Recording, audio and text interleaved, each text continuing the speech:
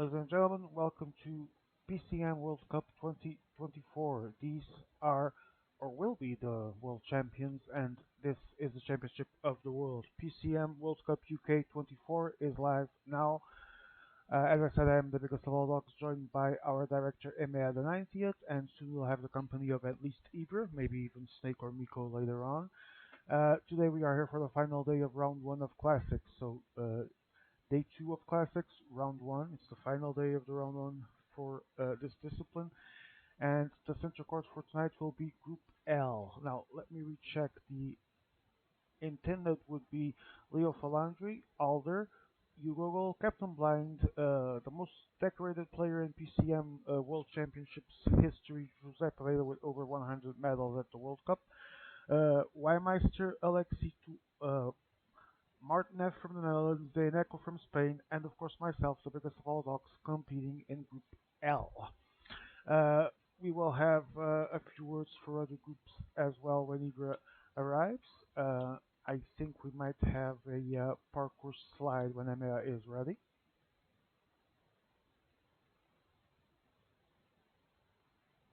Not sure if he does.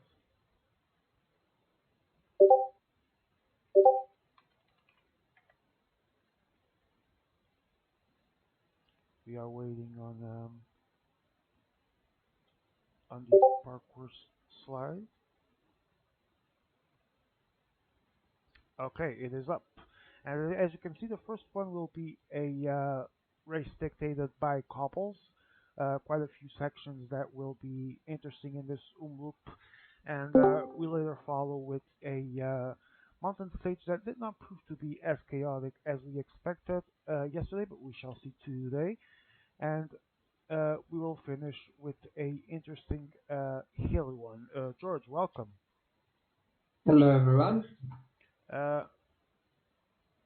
You played, I think it was, I don't remember the group. I was going to try and guess, but I don't remember. But you still qualified yesterday, D. In what was a very exciting group. What do you expect from this day two of Classics?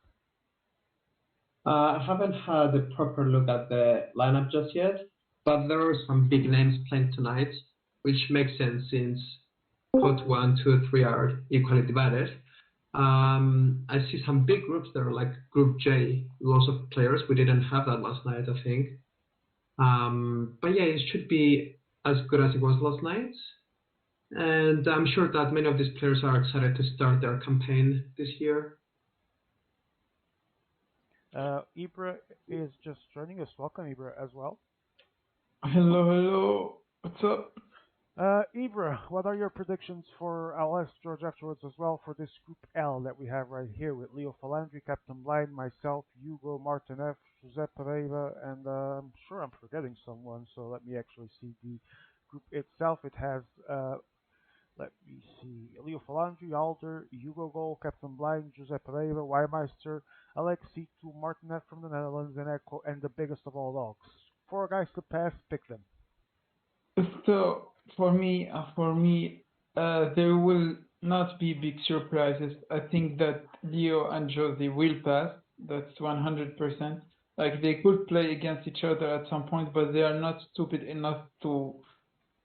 They are not stupid at all to do something like that in first round. So I think they just work and qualify. I would say Alder will also qualify, and then the favorite for fourth place, I'd say it's you, but you have to not. I will talk about you in the third person. Big Dog has to not force it. Do not try to follow something that he can't follow, especially in the second stage.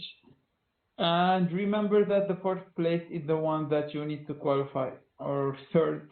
So I think Leo and Jose will be first and second, except if Alder pulls a writing strategy and ends up winning the group. So yeah, I would say the 4 that move on is Leo, Alder, Big Dog, and Jose. Thank you, Ibra. George, 4 names as well. Yeah, I'm pretty much along those lines. Obviously, we have these 2 standout names, Leo Falandri and Jose. But I do believe in Captain Blind's chances. He's quite good in classics. He likes a good sprint. Um, but as Zebra said again, we will have a few wheel suckers in there, like Alder and Blinds, who will try and use that to their advantage because due to Leo Falandri and Jose both liking to go on their own adventure, that will be a really good group to follow. So everyone in that group will have to stay alert and pay attention to the moves and try follow the ones that will pay off in the end. But yeah, as far as for names go, I would pick out Leo Falandri, Jose, Captain Blind, and Alder. I'm sorry, Sean. All right. And Yeah, so this is not a commentary. This is more of an advice. Don't do too much. That's it. That I would say just say don't do too much for other people. That's it. all right. And with this, I'm gonna hand it over to you boys because I will be focusing on my actual game, and I'll talk to you later. Maybe I'll join mid-race just to give an update, but I will not be intervening until later on. So best of luck to you guys. Take it. Up to All the you. best. Sean. Right. So, what? Should we bring Killings and Fifth in here, or are they playing? Yeah, I hope people join us because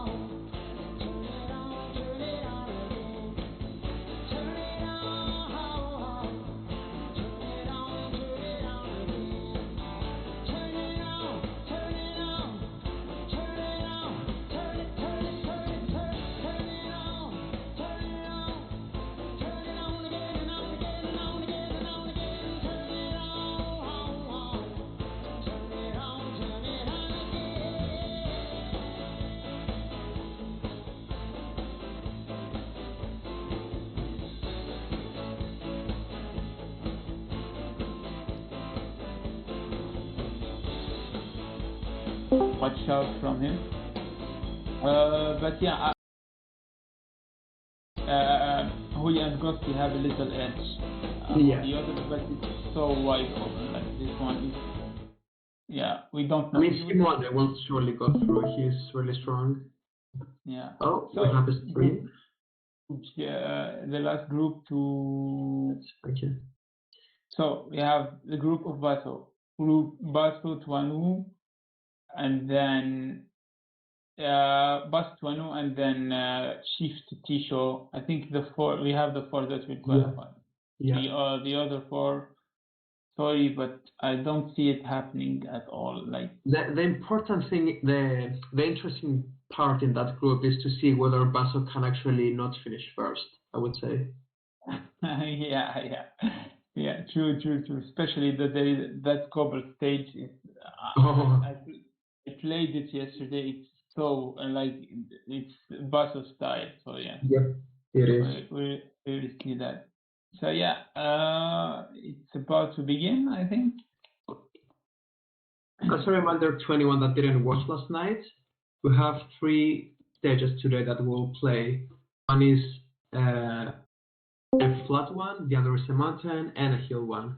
The flat one is Omlut Het Nieuwsblad, with 2 really tough cobble sections at the end that will separate the whole race. And then we have a mountain one with mountains that I don't remember the name of, but is basically purely for the mountain guy at the end with a long mountain finish that gets steeper and steeper at the end, especially the last half kilometer. It's extremely steep. And then we have the Person of Halifax stage, the popular one that we use often, a really punchy terrain that should be for either the cobble guy or the puncher. Yeah. I would say the same. Yeah. There is like the first stage. I think there is a group where a guy won with a sprinter. It was Hush, I think, in his group. He won with the sprinter, and yeah. So it's a little because in that group I would have had my sprinter as well, but in these stages, especially that one, positioning is so important. So if you don't have good conditioning, your leader is in the mud, as we say. Yeah, so I would say people that think that their group is easily to pass, like Jose and Leo, I wouldn't be surprised to see a finish with sprinters. So yeah, and like for me, I will be honest. Like sometimes if I'm in a group with people like Leo, Joe, Jose, I don't try to follow like either.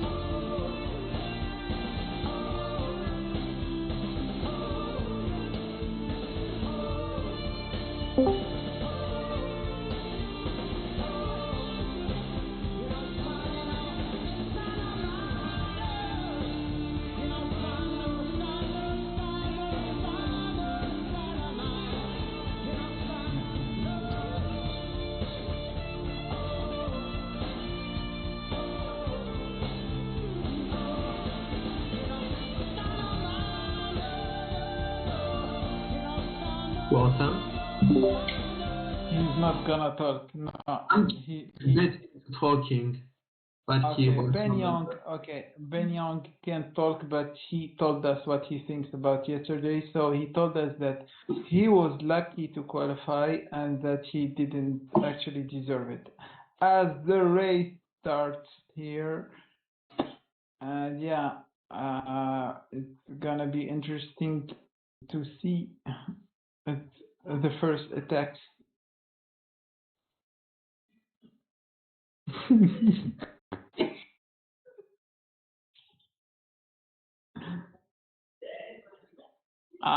already see a train preparing at the front with the player. Yeah,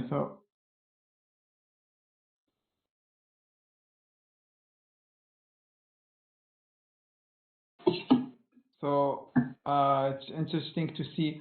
We can already see how people will attack, and yeah, so we see Leo having two trains of three players, so three riders, so he's gonna attack with three riders, that's for sure. Oh my god, Eneko is already having a train. He's having a moment at the back. So I believe Eneko is already. What is happening? I'm speechless.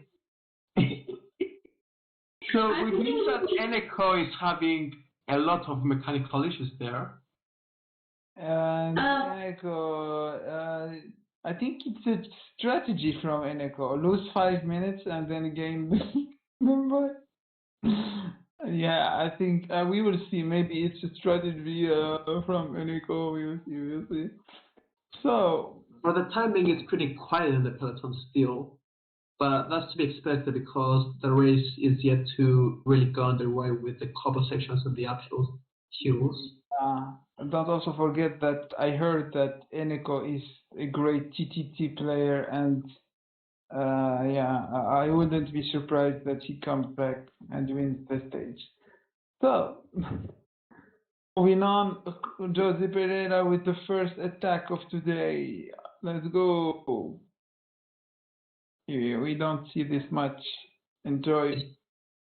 Oh, we have- Hello, Joe. Welcome. Is it gonna be a restart then, Emea? Nothing has happened. I would say a restart would be fair. What's the issue? Eneko crash, internet crash, and he's 7 minutes behind. 8. And who's the host? Hey? Who is the host? Emea is Emea. Why? How is he falling 7 minutes behind without the game being paused? It's like he brings weight on Emea's rider. Yeah. Oh, it's AI, dead AI, yeah. Yeah, and he didn't even like accelerate afterwards. That AI would not kick in because he wasn't kicked. It doesn't matter now. We need to solve the issue. That's only that.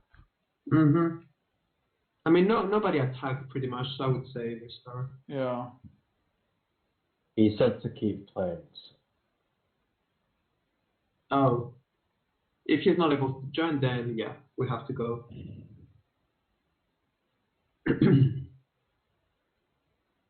It's interesting here to see who's going to be using the 85 Spirit Charge domestic and who's going to try and preserve him. Yeah. I'm sure there are players here that will try to preserve him till the end, and we see Sean trying to push the peloton to the group now. Yep. So we'll have, I believe we'll have every player represented in the front here. Yeah. If it's every player, we might see a shutdown on the second group, and the race will be played here. We will see. I think people will try to people here will try to make a move with their leader. Yeah. Leo Fallader trying to bridge. Yeah. With his remaining team, I believe. Is that right? No, it's his first team. Actually, it's interesting because he was actually bridging with his puncher. Mm-hmm. So Which is, like I wouldn't say he's the main leader. Would you, after seeing the results of yesterday? he's not, but in my group he was. So So that's why he's at the front. He wants to make a hard race. Yeah. Alder given the pace in the front. The gap is only 40 seconds, and with the size of this group, that shouldn't be big. You see, the kind of things that good players know is that people like Martin, who is an inexperienced player, as you can see, he's putting maintain a 90 on Rivera, and then you can, like, as fast as Alder wants to go, Martin will follow. So he can use that as you see what I mean, to drag the group faster instead of getting cut, like people will just not follow his pace and it will create a gap. But here, Martin will follow any pace, so people will use it to actually go faster. Mm-hmm. Or use it to kill his opponent, which is something I actually did last night on the mountain stage, where energy is vital. This is actually like a little bit interesting gap, because we see how big the front group is. It is. We saw and Jose knows it, so he's trying to close right now. But everyone is on to him. They know the kind of player he is. So Grupo Compacto. Then again, Ugo is trying to put a gap there. But everything is back together. And now I believe everyone will try and rest a bit because there was a lot of energy spent there trying to chase the two groups together. Yeah.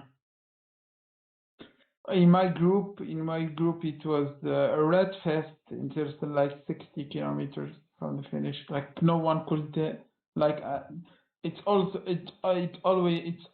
stressful. Like the first race of the first event of World Cup, no one wants to lose so much energy or too much energy. So everyone is writing. You see what I mean?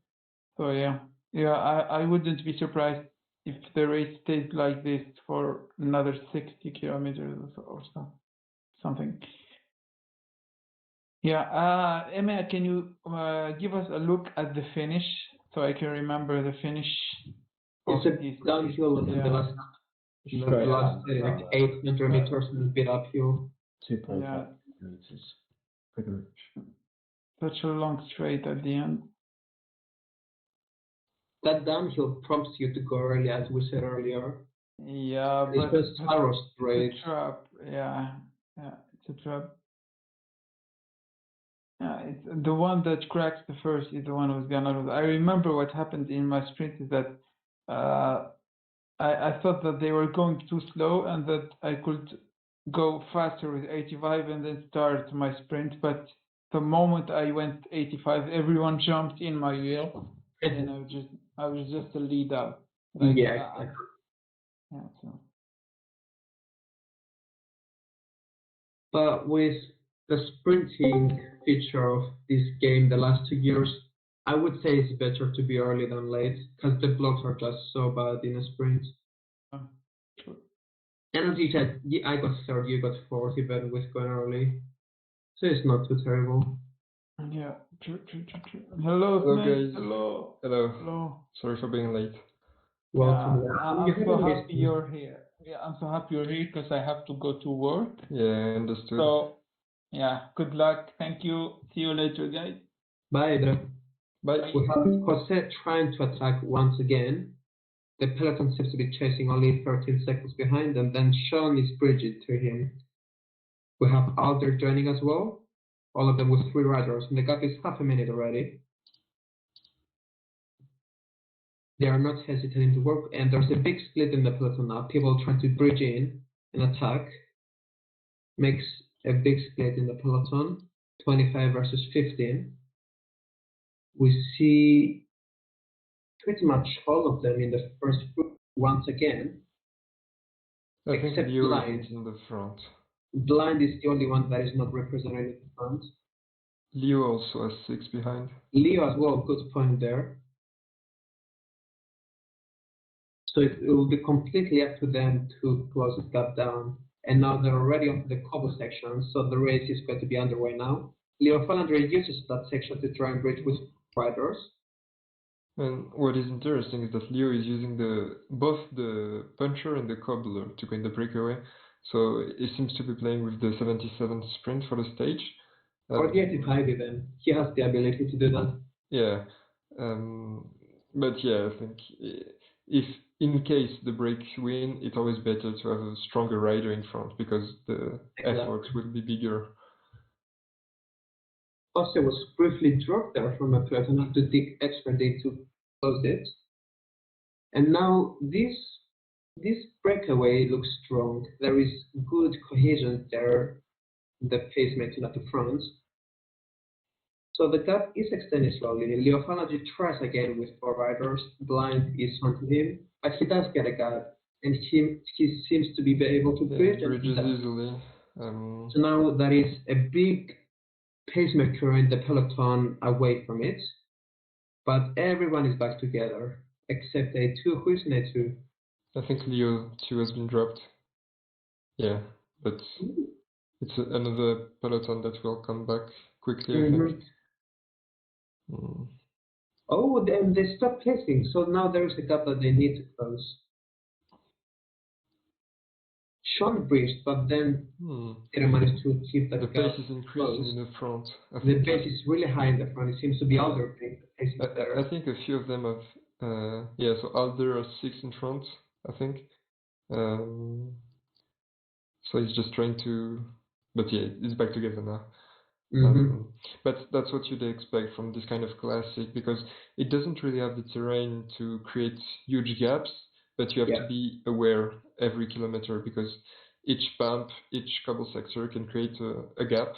And I mean, I don't know if you talked about it, but last night there were like 6 groups and 4 different type of riders won, which is quite rare for a classic. I saw the cobbler guy won. The puncher in a few groups. Joe won with the 77, and Ush managed to win with the 82 sprinter. I don't know, he got him there, but yeah, if the pace is really slow and we have a bunch sprint, those with the 82 sprinter will be, they have a great shot at winning this, but it's really not that easy to get the 82 there. Haas had a great position last night that contributed to the fact that he survived with the sprinter. But as I said last night as well, I said in the version that I'm not sure who to use as a domestic because I have four leaders here. And as you confirmed, there are 4 riders that can win this, which makes a really interesting race, but a very chaotic one because there are so many possibilities, there are so many breaks that have a winning move in them. And Hugo seems to be protecting his Philipsen, which is the 82 sprinter. So maybe we can keep an eye on him because I don't think Leo took the 82 sprinter. But yeah, if Leo is playing for the 77 sprinter, then he doesn't really want the pace to be that high, I think. And if the pace isn't that high, maybe Hugo has a chance to make it with the 82 sprinter. But then again, we can expect some attacks on the Quarmont and the Bosberg. So we'll just take a look at who's left then.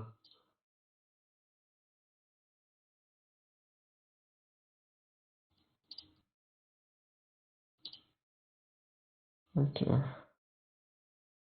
We have Alder trying to get a gap there in the front. John is following him behind, but we're already out of the cobble section. These cobble sections in this race are not long enough, I would say, to make a major gap. But nevertheless, it is tight. It is left and right, up and down. So anything can happen. Alder did manage to get a gap there, and he's going away with 3 riders. But it's Sean, surprisingly, who is trying to bring this back with a 6-month train. It has finally happened. And now we'll take a look at some other groups going on tonight, starting with Group G, where we'll have the point of view of Metal Beer, very zoomed in his riders. But as we can see, there's a big breakaway with 16 riders, and it's a bit tough to see who's represented in the front, but I guess, yeah, Metal Beer is in the front, and another Portuguese guy is pacing. So maybe we can keep an eye on a breakaway win there. Then we can see the group H, which is more ahead in the race because there's 75 kilometers left. And then we have a smaller break, but we're coming into this kind of hilly terrain where every attack can create a gap. So as you can see, someone is getting dropped now. So Gesink and Gregva. But yeah, they're quite ahead in the race, I think. So maybe this is a group that will finish first. That is a group to keep an eye on because, as Ibra and I said in a debrief of the groups, every player in there has a good chance of qualifying. Yeah, It will that's be true. a very, very fought group, which is very nice to see already in the round one of the World Cup. We can maybe take a look at the group of A gap, which is group I. And there, quite similar scenario from the group of Ghosty with a small break of 8, so maybe three teams represented in front. As you can see, A gap has 5 riders left in the peloton, so maybe he has 1 in front or someone a bit behind. But yeah, there are 83 kilometers from the finish. So yeah, so as we can see, okay, so the Spanish guy has 6 guys in the front, so that's quite interesting. Maybe it's not the best stage to go all in, but if people don't react fast enough, maybe you can, I mean, even 30 seconds at the start of the Cuermo is enough to win, because you just pass with your riders better than anyone else, and you can have a man advantage in the finish. So yeah, all in from the Spanish guy. I don't have his name right now. I'll look for it. And I think it is. We had an all-in move in our group of EMEA in Group L. Alder got caught with his 4 riders that he had in the front, but then he decided to team attack with the entire team. Then Shaw decided to follow him with a full team. I'm not sure why they're panicking this early, but now everyone is caught together and Leo Palantir is attacking with everyone on the same side with Yeah, 4 it's riders. So they seem to be exchanging blows here yeah, just it's the before the big typical, swing starts. I don't want to pace, but I also want to try to make others react and waste riders. But Exactly. I mean, seeing at the members, the players playing in this lobby, everyone is pretty well experienced, so I don't think we can expect someone getting away, at least not before the finish of the stage.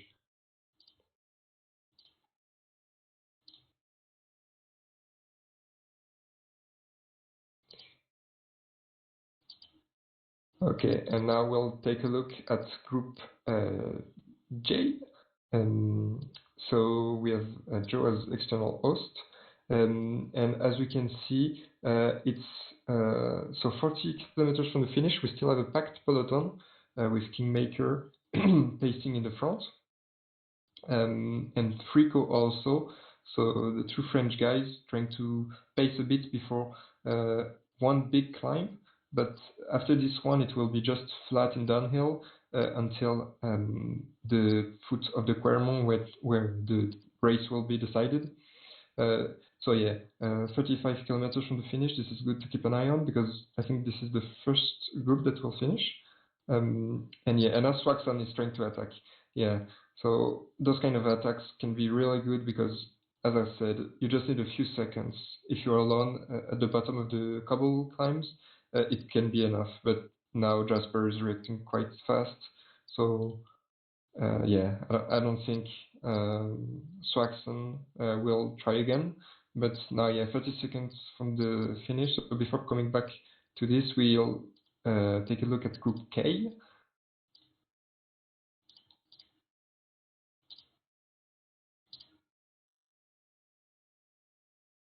and they are 100 kilometers from the finish, so there's still quite a road to pace, and still a packed peloton. So nothing much going on there yet, but it will not.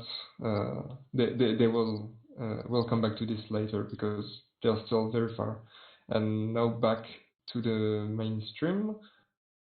I've been keeping an eye here on the Group L, and seems that Leo Falandry and Alder have been on the attack non-stop. So with all that attacking and still not a major gap here, you really need to have a look at Jose Pereira and Captain Blind, who have done absolutely nothing so far and will definitely have the pressure domestics in here. But again, you also had Hugo struggling at the back of the peloton all the time, trying to close gaps.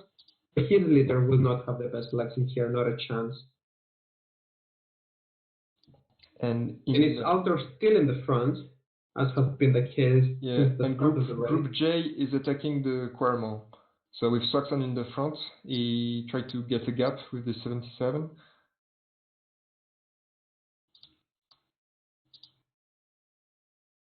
But yeah, now they're at the foot, and Jasper is pacing with his Cobble leader, but he's already dead somehow. Now Swaxon is trying to go. He's joined by Frico with one rider, but that's a small gap for the Englishman, former world champion. So yeah, the peloton will be very stretched out in this kind of race. And now at the foot of the Bosberg, it will be a matter of who has enough red bar to get everyone to the top. But Stein looks quite good now with 4 riders. Maybe as a sprinter or somewhere. Yeah, he has Arnaud Delis, I think he's the sprinter.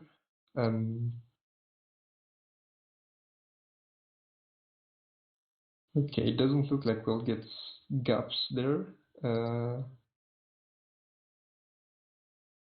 Okay, so there are 13 playing for the win. Maybe the group from behind gets back.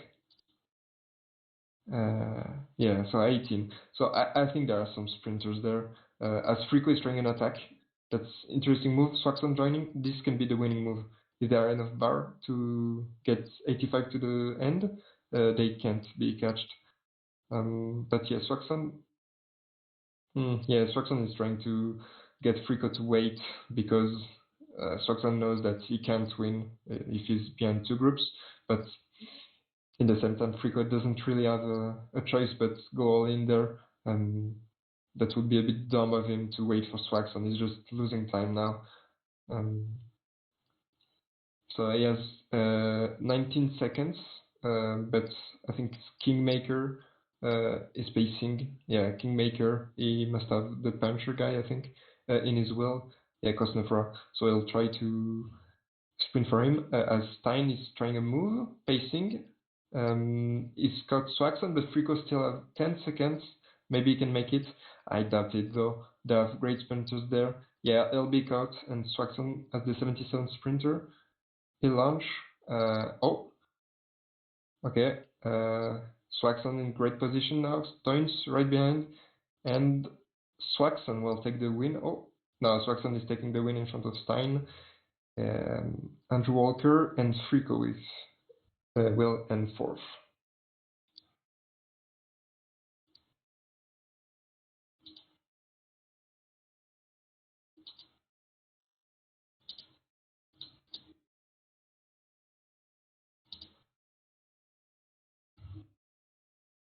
Now back to the main, to the center court of Group L, which will be heading into the Quarmont shortly.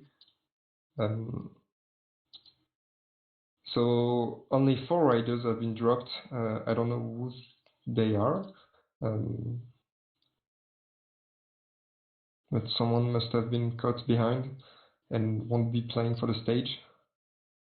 So yeah, Alder and Leo Falandri are trying to pace to get in front, but now yeah, I hope we don't see much blocks.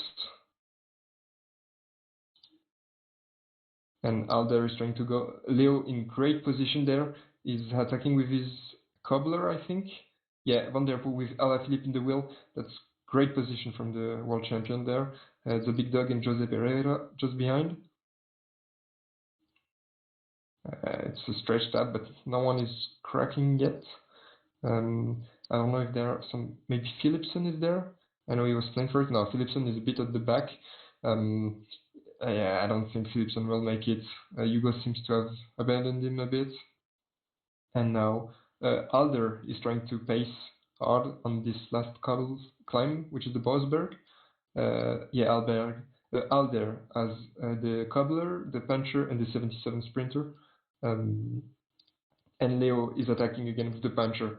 Ooh, this is a ballsy move because the puncher doesn't have the best of flat stat to. I don't think, yeah. So, oh, and now Hugo has two. Oh, 20 seconds. So now Hugo will pace with the cobble guy, I think. And he has his puncher for, or is stopping somehow.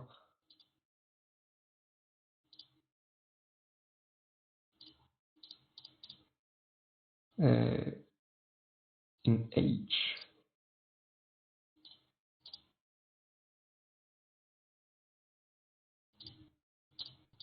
Yeah, Ghosty.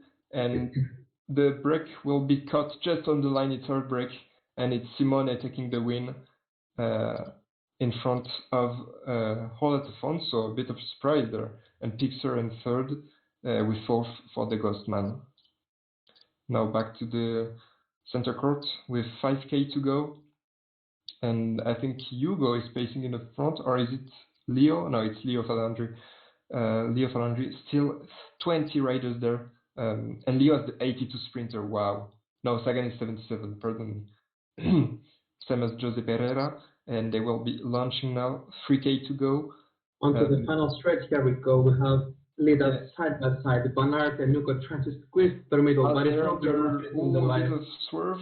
Leo Falandri in the middle. 77, Sagan got dropped, got blocked, but maybe Leo through the center, very strong through the line. The big late dog. launch by Sean and takes the victory ahead of Jose and Leo Falandri. What a Alder in surprise. fourth, Uko in fifth, Captain Blind in sixth. That is a bad goal from Blind given he did nothing all day, but what a late launch by McLean. Yeah, that's great result for him. And yeah, with four players qualifying out of the group, winning a classic almost guarantees a qualification.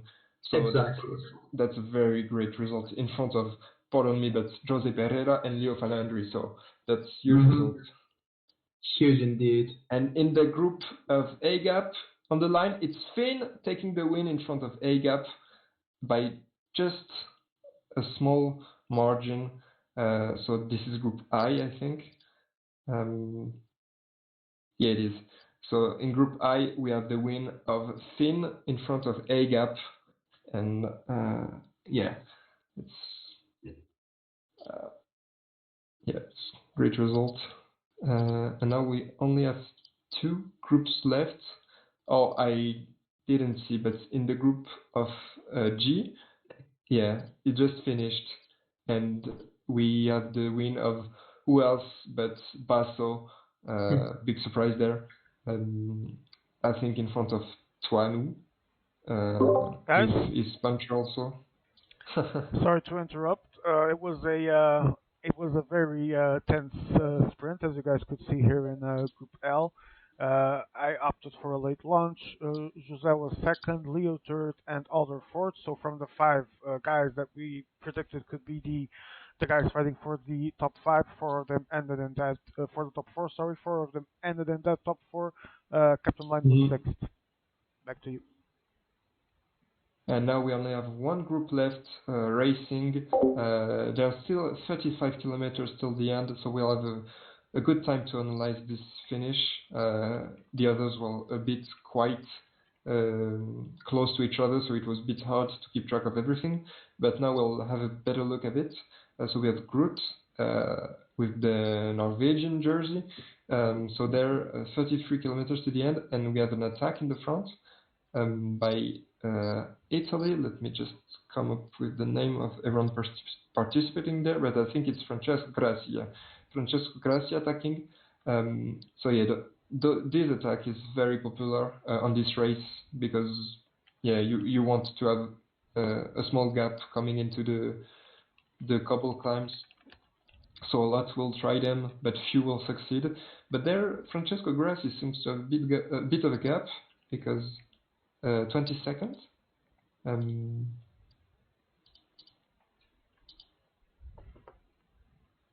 Yeah. They don't seem that alert on this attack. Lennart is pacing behind with a Belgium jersey. We also have Electro on the France 1 jersey, I think.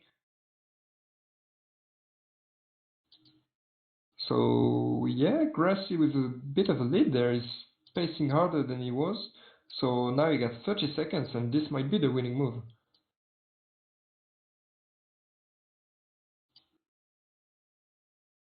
Well, 4 kilometers from the bottom of the Quarmo. And yeah, now they're trying to position themselves behind Groot with the 77 sprinter, Boissenhagen. Maybe I'll try to play for him. But now with Grassi having this little lead, he'll try to, I think, pace as hard as he can behind to bridge up to those guys and try to have an advantage after the Bosberg. But now we'll see. Grassi getting caught, but still having a bit of an advantage, I think. Boissenhagen gets a bit blocked behind, Copy in good position. Yeah, Boissenhagen is trying to find ways to get around all those riders. You don't want to get dropped there. He needs to hold on to the wheels, and yeah, he's getting dropped. So now he'll have to do big efforts to come back, but he still have Johannessen, which is the puncher in the front. But yeah, Grassi, as expected, 3 men in the front, increasing the pace. And Groot is trying to wait, I think. Yeah, that's a bit of a all-in move, and I don't think it's the right one. You have to keep at least one guy in the front, and yeah, he seems to be keeping Johannessen in the front, and yeah, he's just behind. Yeah, now he's dropped Johannessen. Yeah, that's a gamble.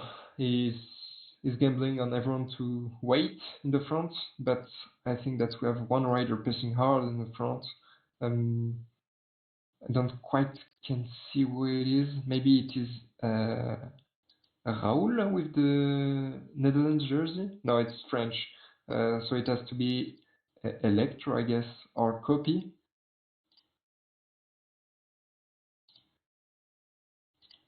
Yeah, so Groot will have a bit of a from the back. Yeah, Copy. Copy has Copy has 4 riders in the front. That's impressive.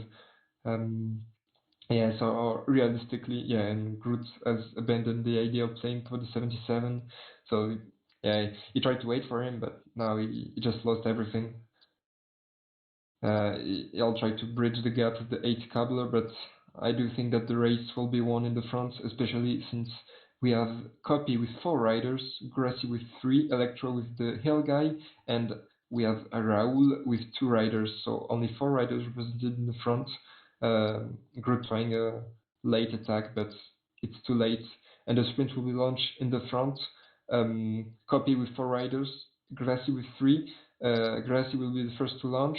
Or Copy seems to have a bit mismanaged there, and Grassi in the front, Grassi, and it's a win. Is it a 1-2? It is a 1-2 for the Italian. What a start of the World Cup for him. And oh wow, we have a 1-2 from Grassi and a 3-4-5-6.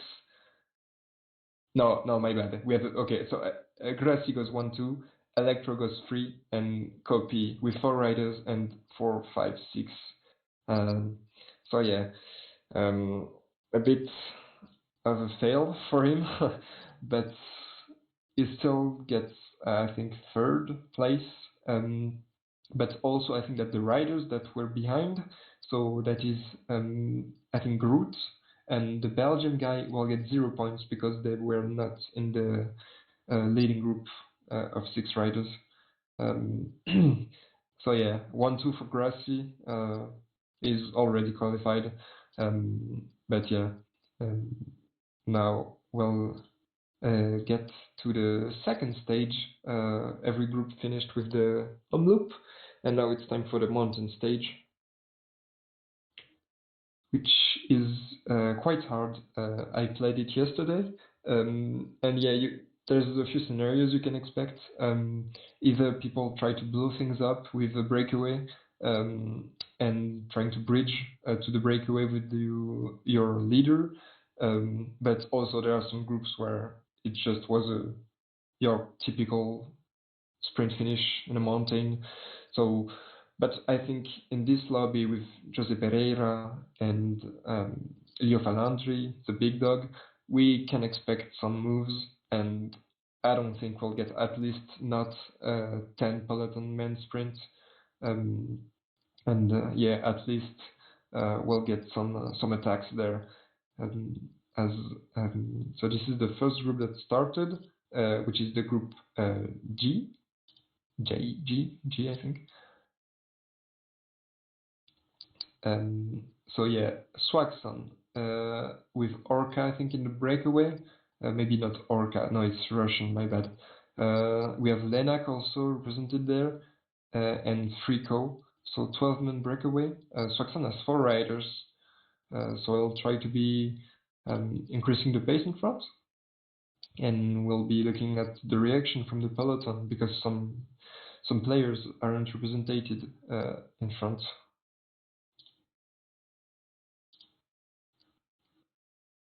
This is the case of Jasper, the Belgian. But yeah, you don't really need to be in the breakaway to win this race, because yeah, there's no like KOM points or, or points to take before the finish. But you still need to be aware that if a breakaway goes away, you're not there, and no one wants to pace behind. Yeah, it will be very hard to come back.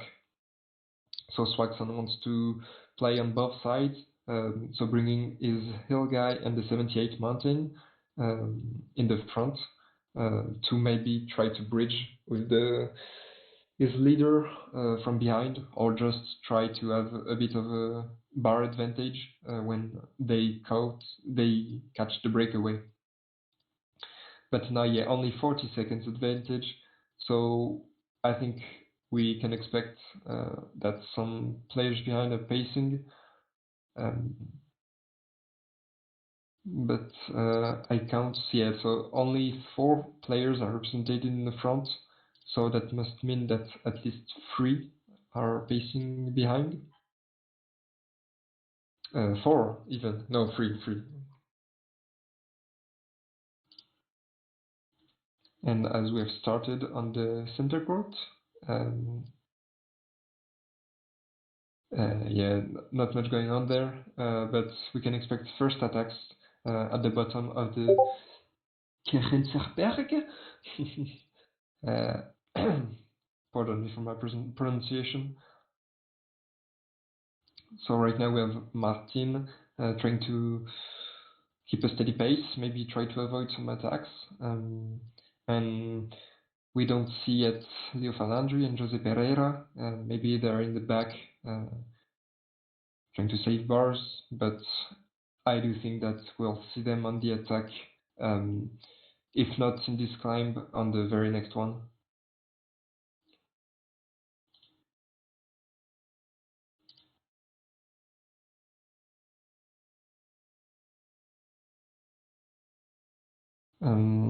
As we are approaching the foot of the Kirchenzerberg, only a few meters, and there we are, and this is when we can expect the first attacks. Maybe Hugo goes now. Okay, Martin is still pacing. Maybe he'll try to go with the 6-man. Oh no, okay. So Martin is the first to attack with Danny van Poppel and Boke Molema, which is the hill guy and the 77 sprinter. So not much of a threat there, and Alder is counter-attacking, and this is a big one. And Martin seems to be following with... Okay, Martin went with 6 riders, but he didn't manage to get quite that gap. So, yeah, a bit of a Yeah, he could have maybe went with 6, but of course it's still very early and maybe he doesn't want to take such risk. But as we see Hugo, okay, so Alder has also the 70 Sprinter and the Puncher, and Hugo with the Van Wilder, which is the 78 Mountain. So yeah, the only rider which can really scare the peloton behind is the 78 Mountain, because the other ones are just too weak to expect some kind of result there, even if they get 4 minutes free. So back in the peloton, we can see Jose Pereira pacing. Oh, and we have big gap in front, because now we can see that Jose Pereira and Leo Falandri are stuck with 6 riders both at the back, and we have a 24-man breakaway. So maybe we can see some mind games between those two. Obviously, they're used to playing against each other, whether it is in the World Cup, in solo or in team. And those are the 2 big favorites. But right now they don't look in the best position, since Hugo captain blind, and I'd say, oh, and now Leo is dropped to the 6th rider. What is happening? Okay, this can be really dangerous for Leo. I think he'll make it back quite easily. And also Jose, I think, knows that he needs Leo to come back, so he doesn't have quite the reason to drop him. But yeah, in front we have, I think, Captain Blind, Alder, and Hugo with 6 men, which means that they will go all in there, but not fast enough, since with a lot of experience, Leo and Jose Pereira are catching the break quite easily. And now I think we can expect some counterattacks.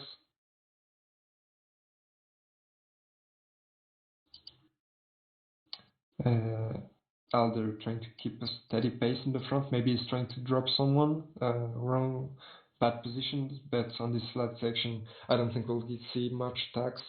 And just wait for the next climb. Just have to drink a bit.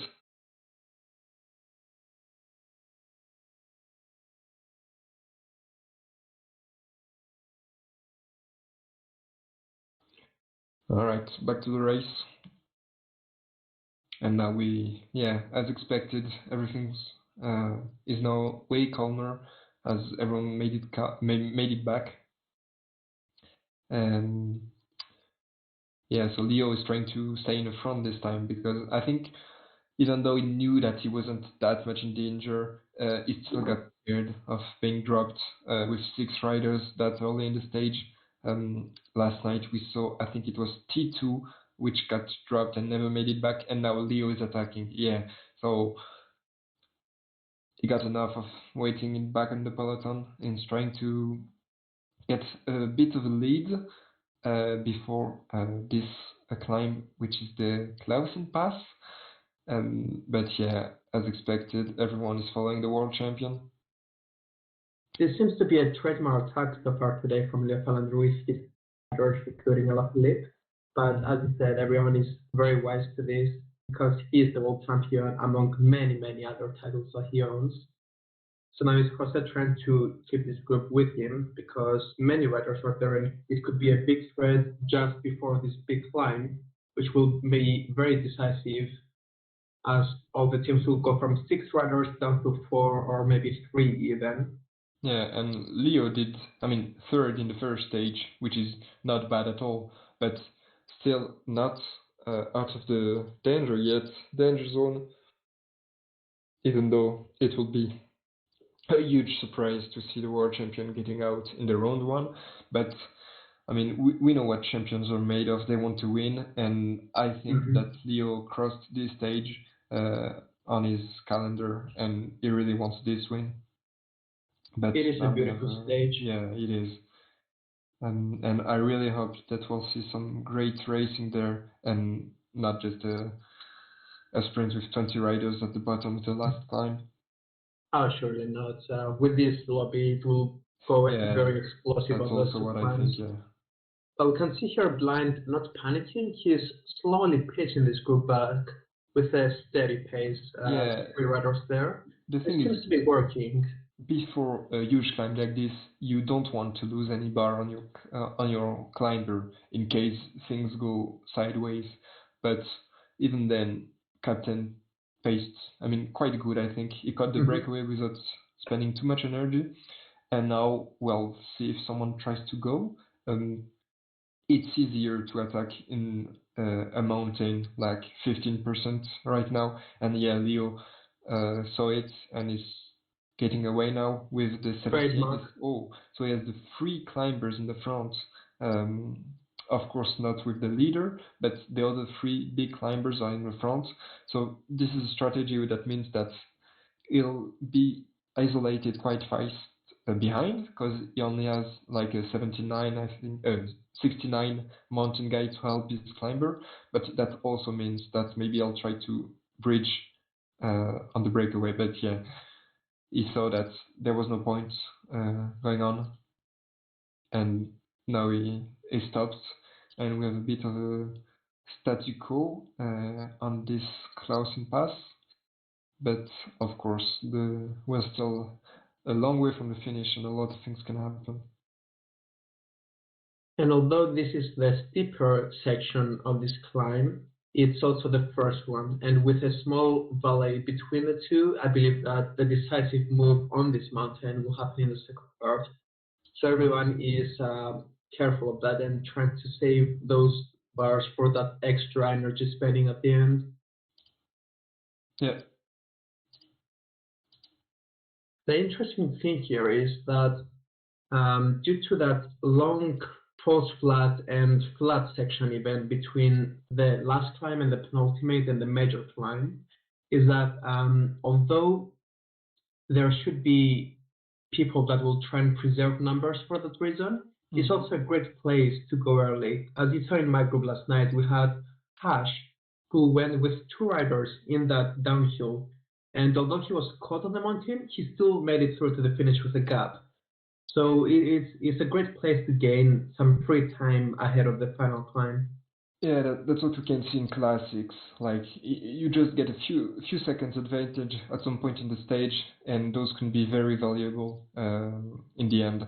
But now, as we have a bit of a calmer part of the climb, we'll take a look at the other groups, starting with Group G, which just passed on the top of the first cut climb, and everyone seems to be together, even though they're only 14, but the group of 9 behind should make it back pretty easily.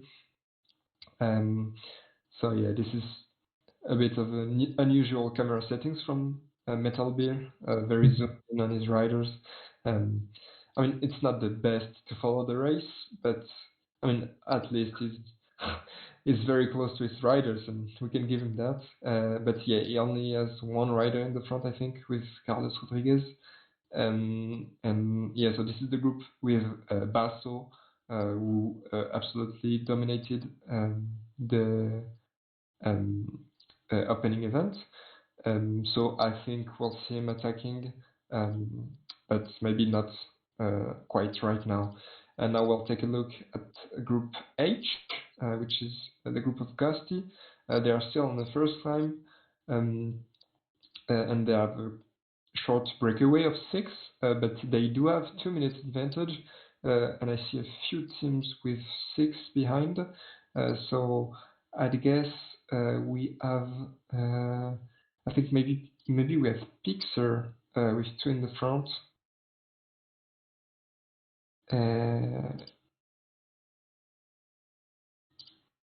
Yeah, it's quite hard to see right now, but a big breakaway with an advantage, and if they can keep this lead in the downhill, they can be of great help in the next climb when they decide to attack. Now we'll take a look at the next group, which is Group I. And as we can see, still packed peloton, only a few riders dropped, but those will be the very bad climbers. So yeah, as we can see, no one in any group is trying to try to blow things up right away. I think the the second climb is carrying everyone, because I think it's like 18 kilometers, very hard. And as I say, that Illings is attacking in the front right before this flat section. Maybe you can get a gap there if people don't react. But yeah, realistically, those riders aren't made to play for the stage, but more as a tactical advantage for the next one. And I think we can shortly come back to the center court, because I think we have some attacks at the top. Indeed, we had Alder and Jose Pereira separate themselves at the start of the second part of that climb, Okay, and so they made a really decent lead of over 2 minutes by the top of this climb. Yeah, this is a big lead, because they both have the 78 mountain guide, and he can go far, but also this strategy means that their 78 will have a lot more bars in the second climb, because they will pace harder behind, and maybe Jose Pereira will try to bridge the gap and try to go all in. So this is a very good sign for the rest of the stage. But for now, we'll try to finish our round of the groups with group G? Is it J or G? I don't know. J. Okay. Group J so as you can see, and this one we have big gap. Jasper, a bit. Wow, what happened there? So Jasper has 4 riders in the front. Frico is pacing behind. And Joe, could you point to me who Joe left? Okay, but who's the 9-man group in the front? Because surely they can play for the stage. So Jasper is the 82 mountain guy there with 2 minutes advantage. Yeah, so in front we have Swaxon 78, Kingmaker with 78 also, and I think it's Frico. So only 78 in the front. So that means that Jasper is actually in a great position, because he has the 230 minutes advantage on the rest of the peloton with his 82 mountain climber. So if he managed well, maybe he can go all the way, but it's still obviously long to the finish line. But it's a great attack from Jasper nonetheless. And the last group we haven't seen so far is the group K from Grootmeister POV. And yeah, as we can see, Groot decided to attack with his 78 and his puncher, but he didn't find much help from the other. So this move is a bit doomed. And yeah, as we can see, he's not pacing that hard. And is likely to be caught in a few seconds. And I think we'll now get back to the center court, which will be coming into the second climb shortly, still 10 kilometers. Because what is dangerous also about this stage is that it's not really flat between the climbs.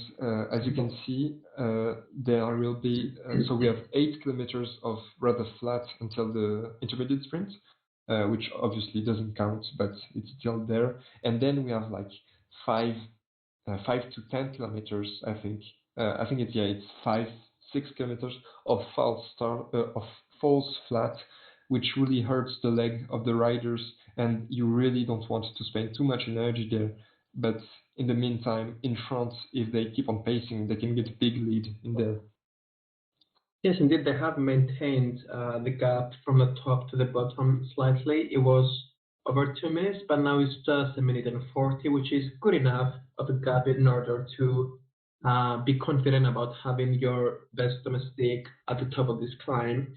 However, at the back, it's solely been Martin and slightly Sean in the latter part of the course helping. So at some point, we saw Martin get a team attack gap, as was expected, because it was just him pacing before even they topped the climb. However, it seems that Sean and Martin have settled in pacing themselves. And this must be very frustrating for Jose Pereira, seeing a 6-man train pacing, closing his attack.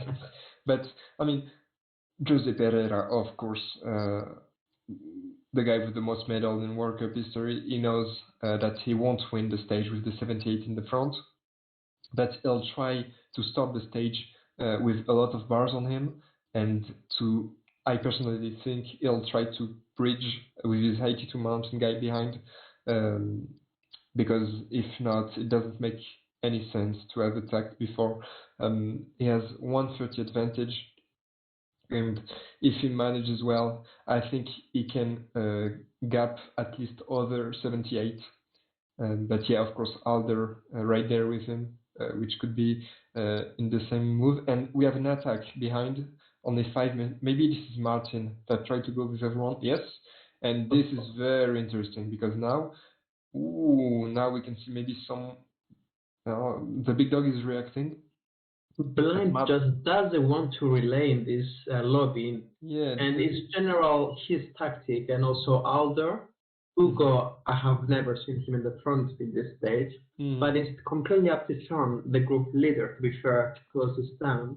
Yeah, I think they're trying to abuse the fact that Sean is leading the group, but I don't think it should matter that much in classics. Alder is dropped in the front though. That is a big moment for him. He does not want to drop from Jose's wheel, but it seems like he's waiting. Yeah, this is, and maybe he's attacking behind. I think that Alder might try to attack. At least he's pacing hard. And yeah, I think he wants to bridge to Martin and then go with him. And he manages to do so. A gap created, and now Hugo will be forced to respond. Ooh, a bit blocked there by Sean's domestic with Hugo's riders. Obviously not mean. This is good for Jose, sort of, because he doesn't want his domestic to wait for the mountain guy. He prefers the mountain guy to have a fast-paced peloton and reach out to him, so that he can be the only rider who has a domestic at that because place. This is a very long stage and a long climb. Like, we still have 15 kilometers to the top, and we already been in it for quite a few kilometers. So Jose is trying to play things quite calmly. But yeah, I think we can expect the Portuguese to attack, and I think Leo knows it, and that's why Leo is trying to mark him from behind while having attacked in the front. Yeah, so now Jose is forced to close the gap, and Leo can just stay on his wheel. And everything is almost back together except Jose's domestics, where they keep hanging on at around a minute gap. We saw Sean suffering a bit to keep contact with the group there, but he manages to come back and maintain himself there. And now Jose is down to 2 riders. He continues the pace with the mountain guy. Surely will be able to survive this, but the point is, with this many riders and only 10Ks to go here, is it worth for him to bridge to the domestic of his solo? Yeah. Because at this rate, I think most teams will have 3, maybe 4 even domestics at the top of this climb, unless the race really explodes here. And now they're trying to make that happen. Yeah. I think, I mean, trying to look at it from a very PCM point of view, Jose has an advantage of the 78, but if he does not drop other 78, it doesn't mean anything for him, because after the downhill, everyone will have recovered this bar. So yeah, now Jose is attacking, and Captain opened the gap, and now Leo will be forced to respond, because now Jose, quite frankly, will try to pass with 2 riders at the top, and I don't think anyone can deny him that, besides maybe Alder and Martin also with great bars. But behind, if they try to catch Jose, they'll likely lose every helper. Exactly. We saw Jose waiting for someone to just try and cage the peloton, but nobody did. Blind was in the front with 6 riders who just did not want to pace at all. So Jose had to force himself to bridge to the front, which he has done. And this is great racing. He managed to create a gap with the peloton. Captain was a bit sleeping in the front. Maybe Leo Falandri put too much trust on the other Frenchman, because now Leo is in a tough position because now Jose will dictate the stage, and we'll see who's at the top left. Only 5k to go, but we can expect pace to pick up quickly. And yeah, as we can see, Alder still with 4 riders, but no, okay. So Alder and Jose Pereira both with 2 riders. Everyone will be with 2, Yeah, I reckon. I think that Jose has the 78 in his will, which means that he wants to keep him for the downhill. Yes, exactly. Leo is still with 3. Yeah, and he's quite strong. I mean, we can expect other domestics to be stronger because they didn't try to make moves and all, and now Leo is going behind. Now it's a tough He needed to situation make because his bridge, didn't yeah, he? he needs to come back, but also Jose doesn't want him to come back. Only 1.3k to go to the top. I don't Alder is think quite strong, everyone very will keep strong. his 78. I really doubt that. Jose will try to make a last push on this climb. Leo trying to bridge desperately. Now Jose, Alder, Just in time for Leo. Perfect timing, and he missed the front. and yeah, and Blind everyone. finally decides that it's time to make some action here. Yeah, and Jose quite easily in front, but yeah, no point really to try to break away in this downhill. He got a small gap, but he really doesn't want to be alone in this downhill. So now we have 3 riders with honestly the 3 best mountain riders in the group, with both their 78 and their 82 mountain guy, and so we can see a collaboration from them, and if they do, yeah, the people behind aren't coming back, or at least they need to come back right now. And I think Hugo You is can see going Jose asking for a relay in the yeah. chat. I think that Hugo is going 99 in the S group. Hugo is solo, this to be noted. Yeah, I'm not sure yeah. if Sean is solo. I I wouldn't didn't think see so. I think in A1 someone has his 78, he tried to keep him, and in F maybe we have Hugo and Captain Line with only 1. I don't know. Emea Kodisho as the F group.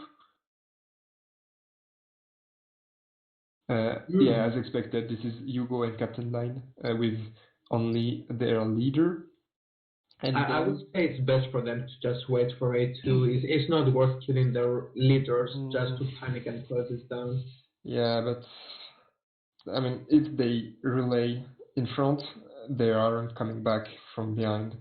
But also, if they try to bridge there, maybe they can't win the stage, but at least they can do 4 and 5. But now waiting, I don't know. Because behind, okay, the big dog is further behind with his 78.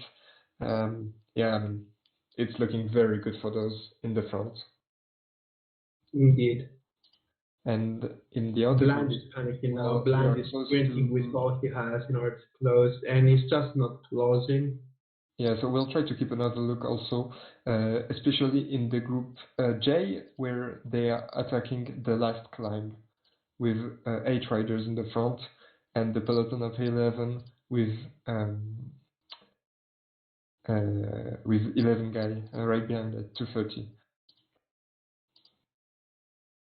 So yeah, Swaxon with 3 riders, the 78. I mean, 2 minutes is a lot, but also with 82 mountain, it comes back quite fast. But I do think that we have, I think it is Jasper with the 82 mountain guys in front. Oh no, Swaxon also. Oh yeah, Swaxon has this. Swaxon will win the stage, I think. He managed to get his 82 mountain guy in the front. Yeah. I haven't followed that much from this group, but it seems that some Swaxon masterclass happened because now he's pacing with Chris Froome, which is the 82 mountain guy, and with Gergenhardt 78 protecting, he really doesn't, he really can't lose this stage. Further behind, we have Steen, Kingmaker, trying to play for other places, rankings, but for the win, I think that Swaxon has this. And I think Frico in front doesn't have his 82. His 82 is in this group in E5. So maybe he'll get cut, and it will be interesting to see if Jasper can hold on to Swaxon's wheel and get second.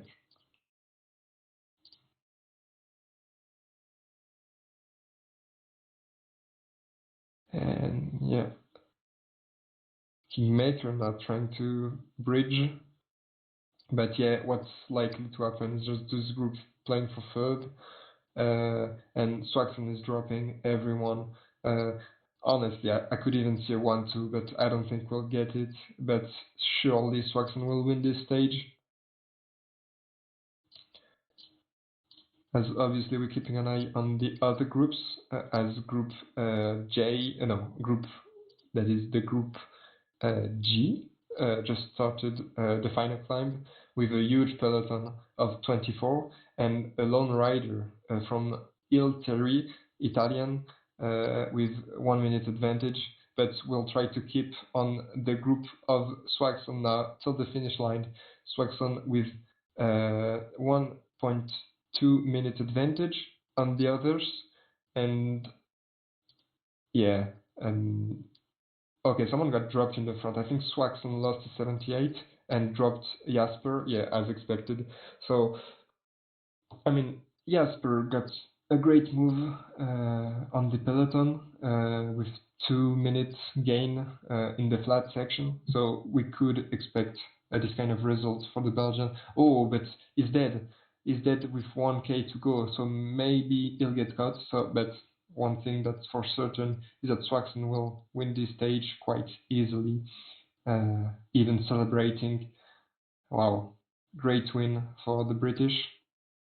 And maybe Jasper will get cut, but I don't think so. There's just too far behind. Yeah, Jasper will get second, Stein third, or maybe Kingmaker can overtake him. Yeah, so Kingmaker third, Stein fourth, and Frico fifth, with Andrew Walker not scoring any points, sadly for him. And now we can quickly go to Group G with 3.5 kilometers left till the finish line, and also we are in the final climb on the center court, so we'll try to go back to it quite fast after the finish on Group G. But I think that we still have the Italian guy in the front.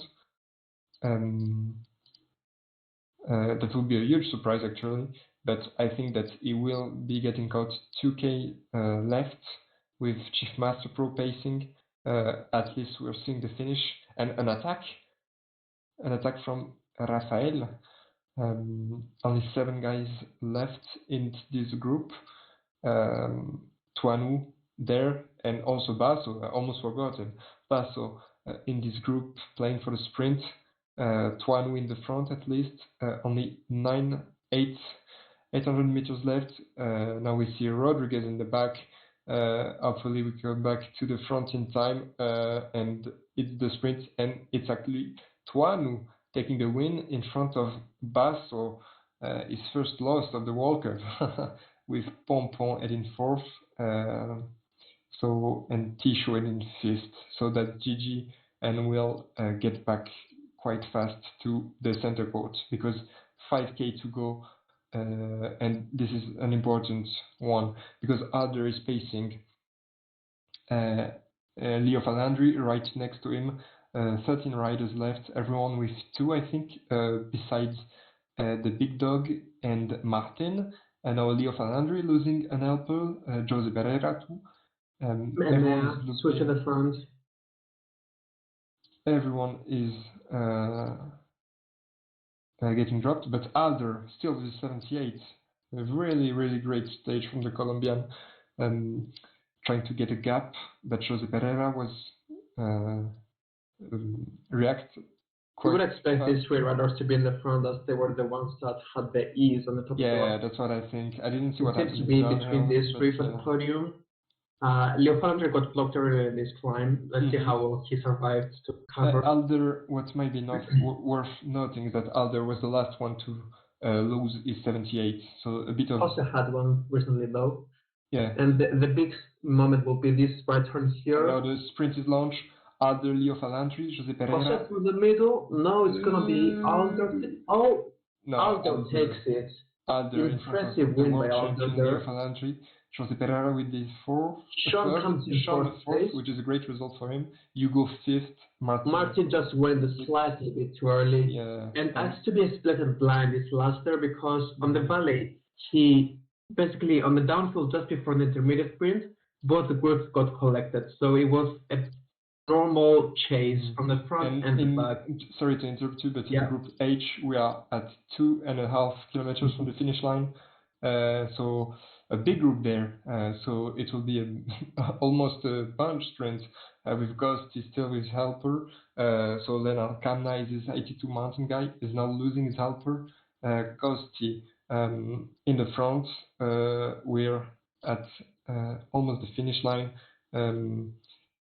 Simone, who won the first stage, is taking the lead, and now the sprint is launched with Uli Kuls, and it will be a win for Pixar, Ghosty, or they both crack, and it is Pixar taking the win in front of Ghosty, and Dogo will do third on a mountain stage.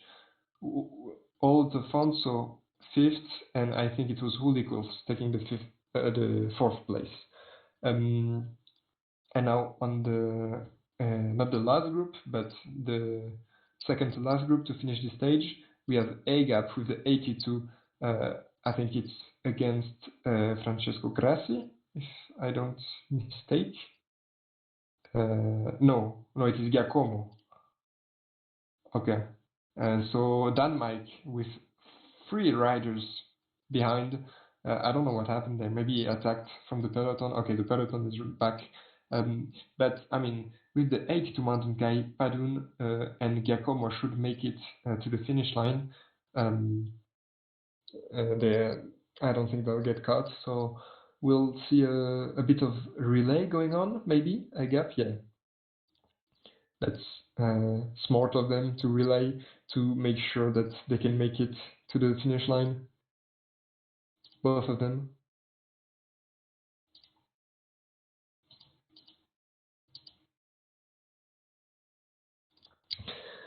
And it will be interesting because in the first stage in this group, we saw Finn taking the win in front of Agap and Giacomo.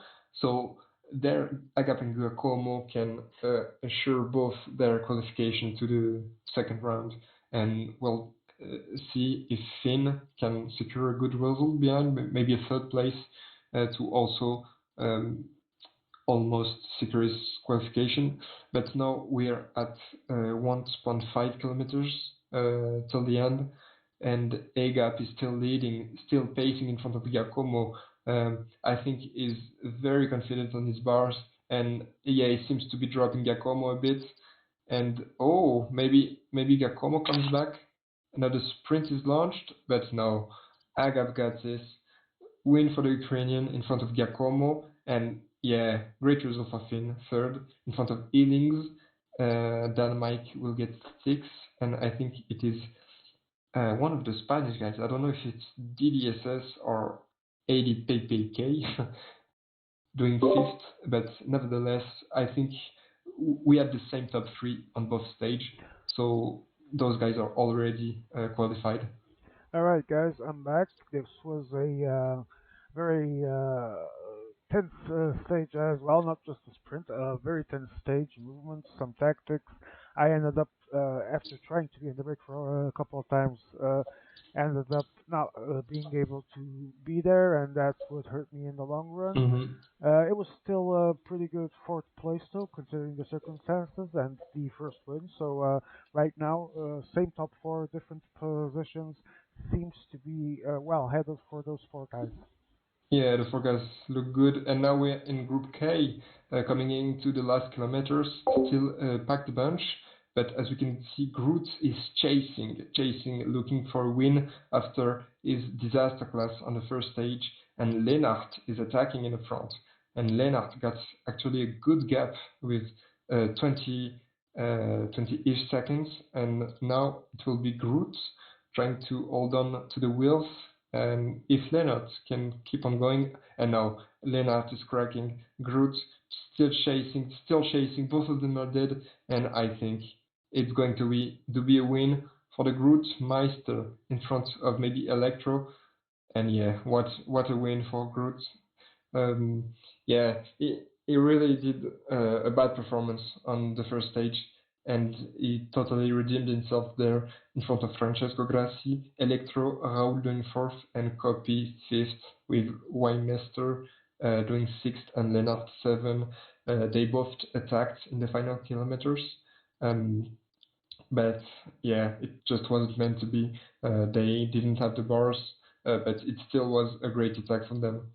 So now every group finished this stage, and and yeah, as we can see, in a lot of groups, it's the same riders taking points. So for example, in the center court, we have an update on the rankings. So we have two-way ties as first with the Big Dog and Alder with 135 points. Right behind them, just 15 points behind, we have Jose Pereira and Leo Falandri with 120 points. So it's really close between the four first guys. But after this, we have Hugo Gold with 50 points, so that's 70 points behind the fourth position. So yeah, besides a miracle for the Frenchman, Belgium, my bad. For the Belgium, I think the top four will stay the same in this group.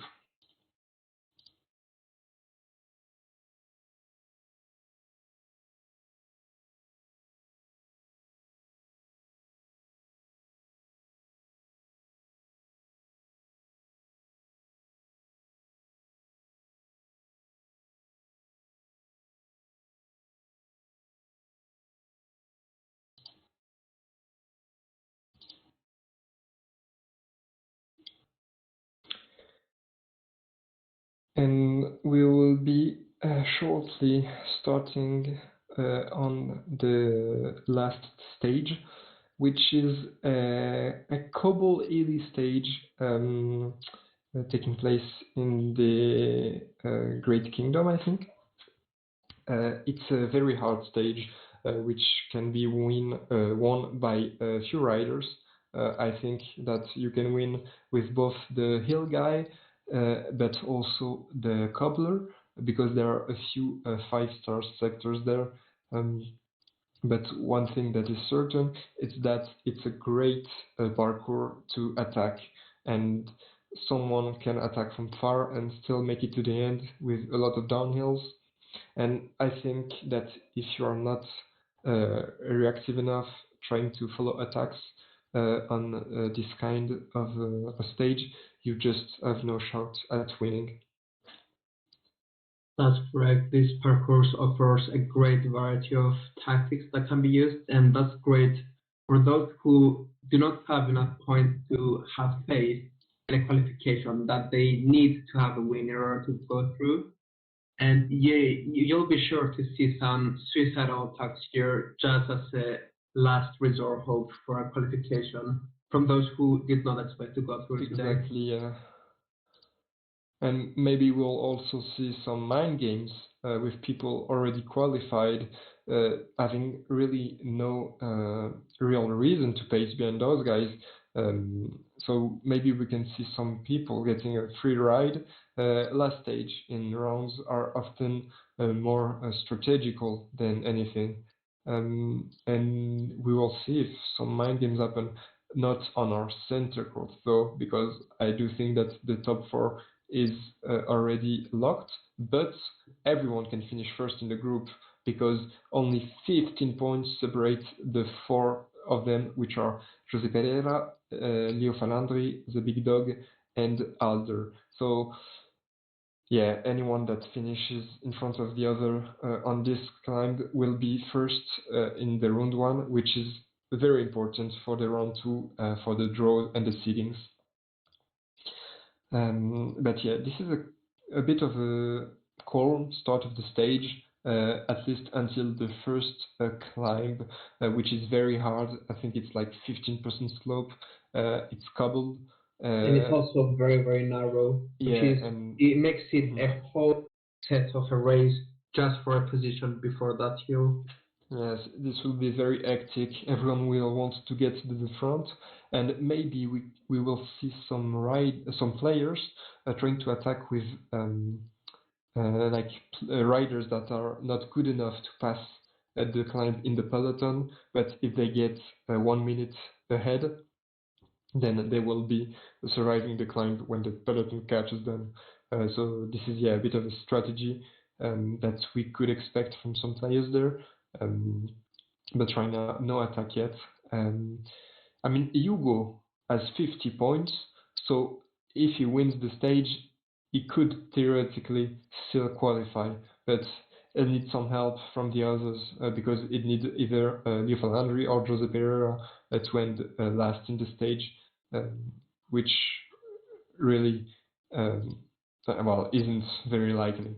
And now we'll take a look at the rankings after 2 stages.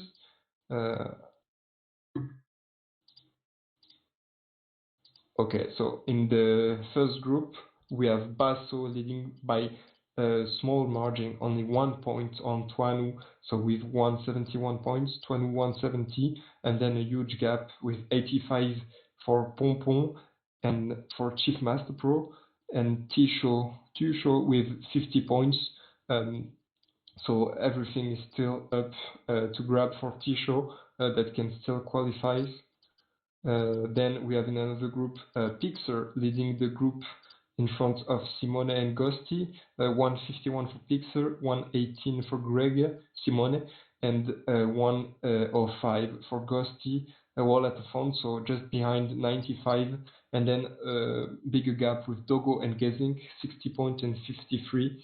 So in this group also everyone can still make it, but it must be noted that all equals only 35 points.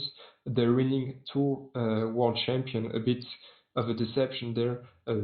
He could still qualify, but he'll need to win the stage at least. So we'll keep an eye on this. In the group I, we have Agap leading with 171 points, Finn, the German, 150 points, and Giacomo Italian with 120. And those three have a huge lead on the other because Dan Mike is fourth with 53 points, same total as Ealings, 53, and Komik and DDS with 35 and 25 respectively. So yeah, the top three seems a bit locked, but for the fourth place, which also is a qualifying place, they are tied right now between Dan Mike Ealings and basically anyone that does a good result can get that fourth place. In the Group J, total domination from Swaxon, who won the first 2 stages with 200 points. Stein is far, but still second with 105 points. Jasper with 96 points. Fourth, we have Andrew Walker with 68, 61 from Kingmaker, and 60 from Frico. So it's very close for the fourth place. And we can expect a big fight from them. In the Group K, we have Francesco Grassi with a big lead thanks to its 1-2 in the first classic with 190 points. Behind with Electro 120, Brutmeister with 100, and Copy with 78, Raoul with 70. So then again, Copy, Raoul, and Groot, even Electro, playing for those qualifying place. Sorry. And in the last group, which I already mentioned, we have the big dog Enalda with 135 points, Jose Pereira and Leo Falandri with 120. So the fourth of them are almost already qualified. What's still to be played is the first place of the group, and basically anyone can get this with a great result on this last classic. And back to the race.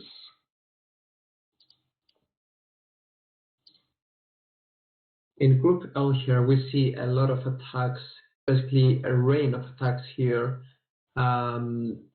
We saw pretty much everyone being involved at some point, but now we have a big of a split here with the front and also 3 riders drop at the back. We saw Jose and Leo Falandri drop as well a couple of kilometers before, and Jose again is dropped with his 77 Mountain, the Puncher, and the mountain guy, the GC guy, and I'm not sure if that's his leader. It's really a lottery here whether it's gonna be the cobble guy or the puncher that is gonna go for the finish. I don't believe that anyone will have more than 2 riders at the end of the stage. It's always gonna be 1 or 2 for the finish. But what's your take on that? Who would you go for, the puncher or the cobble guy? I mean, me personally, I went for the puncher, just because I think that even if the cobbler is a bit stronger on the cobble sectors, just for the sprint at the end, the acceleration from the puncher is so valuable. But also, I did a small mistake because I was in a breakaway with my 77 sprinter and my 82 mountain guy. So both of them don't really have a shot at winning, but still can be valuable domestics. And I thought that the 77 sprinter was best because of his cobble and also all-around profile. So I protected him with my mountain guy, but in the end, it really wasn't the best move because I think now I know that the mountain guy is the best domestics to be have. So he's the third guy. So maybe we'll see some people playing for him, at least as a domestic, to have him until the end. But the mountain guy was really strong in this stage, I have to say. And also, as you said, the finish there really favors the acceleration of the puncher because it's turn up and down as well. But we saw here once again the trademark Leo Falandry move with 4 riders attack, including Alaphilippe, but it was caught after a few kilometers where he just decided that it's just not worth it quite just yet. Now Martin is taking the spot at the front of the peloton just before Heptonstall, which is where the road narrows, goes uphill, and with cobbles. So with a 42 rider peloton, there are going to be blocks here, and Captain Blind and Ugo are in the worst position possible with all the riders at the back. Into the climb we go left into the climb now here, and it's Jose actually taking the front. Sean tried to escape there on the left, but he was blocked by Jose's train. Leo Falandry in the middle with all his team blocking the front of the peloton, very well positioned. Alder on the left. As we can expect, the best players are aware of the threats and are trying to be positioned. But to be honest, I didn't get. I was very far in the peloton on this climb, and I still didn't get dropped or blocked. So I think there's a lot of luck also, but it's not that dangerous. But as we can see, a small gap to 12 riders got dropped, but they're still very close. In the A1 group, EMEA, if you could show us who's been caught behind. I can see a lack of Sean's 3 riders. Captain. Martin dropped there with his mountain guy, which is a good domestic as we discussed. But also, I saw some guys in a few lobbies playing for the 82 mountain guy as leader. But yeah, I think it just wasn't the and Blind from the back goes to the front with a 6-man team attack. Oh my god. Team attack in the downhill. This is and then put maintain and then this is this is not things we like to see, but at least he got Leo. But yeah, I guess that Leo is quite pissed right now. Because what you want to see when you attack is either people joining you or not pacing like this, because Captain actually got a gap on the peloton and still waited for it before still closing the gap. So as you see Albert here making a move, and there is a small hesitation in the peloton for the time being, and now Costa decides that Alder is a good enough player to go to the finish here, and he was trying to. But Alder seems to have waited. No, I think it's just with the downhill and the hill. Yeah, he still got his gap now. But yeah, as we mentioned, anyone can win this group behind the 4 of them. So this will mean that everyone will pace, try to catch each other. So we'll see a good racing there. It's definitely going to be good racing because the race dynamic has changed in this stage 3. Because as you said, you have the top 4 of the group almost mathematically confirmed to the finish. So it's not a matter of qualifying anymore for the top four. It's a matter of getting the best position. So it's a race from scratch. Everyone on the same point roughly. It's just whoever will win and take the first spot who will get a favorable second round group. There is a small chance of going through if he manages to win this race, but it's a very slim chance. Mhm. Alder continues with this move for riders. He has over half a minute lead, but it's Sean, the person with the same points and on the first place of the group, facing him back. Pretty quiet now, with 100 Ks to go. And now Sean decides to stop pacing. Yeah, I think they just want to maintain Alder at like small margin, like maybe 1 minute, 1 minute and a half, to just keeping there. But now we can see the gap actually increasing quite fast, since no one wants to take responsibility in pacing behind. And as I said, this stage can be won by the hill guy, the puncher, but also domestics can go very far because there's a lot of downhills. You can recover your bars quite good, and with 4 riders like Alder, he can go very, very far. Could you show us who are the 4 riders that Alder got in the front? I think he has the cobble guy. So he has the 76. The couple guy, the 77 sprinter, and the 78 mountain. So yeah, that's great combination. So you must have the Bernal and Igita behind, which are the mountain guy and hill guy, which also is a great move because in case he wants to attack, those two have the best acceleration, so he can get a gap on the peloton. But right now, he's really, really happy of the way the race has gone. And I really believe that he can go very far with his 80 cobbler. Yeah, I think they're underestimating this attack here. 2.5 minutes and less than 100 Ks to go. With this up and down terrain, there's also a limited amount of space and road that you can gain time back on them. So if they don't start acting quickly, which they seem to have done with Martin Pace in the front, it could be a winning move here by Alder. And as you said, Alder made the right decision of leaving the best domestic, but not a flat domestic with his puncher at the back, the mountain leader. But it seems to be Martin again, who is almost last in the group. Yeah, he's actually last because Seneca DNF. And he's doing the pacing instead of Go, should be the one that has the most hope of achieving something here. But Alder is down to 3 already. Into Longley we go. A 3-star cobble section with 10% average gradient. And now Host is taking the front, Sean on the left, Leo in the middle.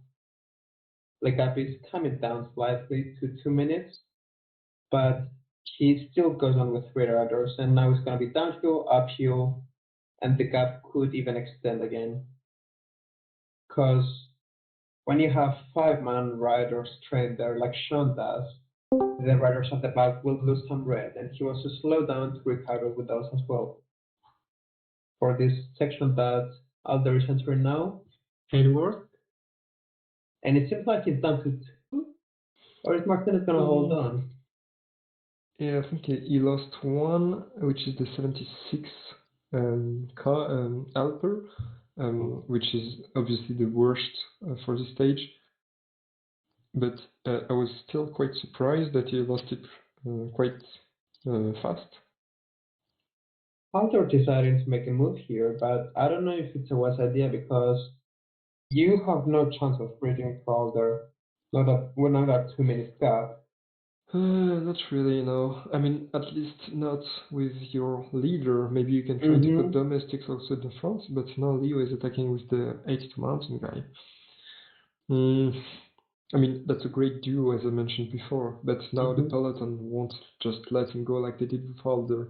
Alder got his chance, but I mean, Leo with this jersey on the back even more, he is not getting away that easily, even though he still got 30 seconds now. Could we see who's reacting behind? I'd guess Jose Pereira and the big dog. Ebe actually shows the peloton quite fast, please. And oh, it's actually Martin and Hugo and Captain. So yeah, no, the opposite of what I said. So now Jose and the big dog are playing it more conservative, and that means that Leo got a huge gap, and it will be hard to catch, I think, even though he only has one helper, and now Hugo is attacking, and Martin really fast to react. I don't know if he's in in Minty 99 or if he's just really aware, but at least he got another gap.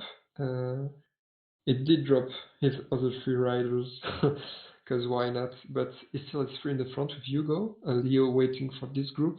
That's very smart. And now Jose is forced to pace behind. But now we're starting to see some moves with 70 kilometers to go. As Hugo is really hammering it in this flat section. After this, we have downhills, climbs, downhills.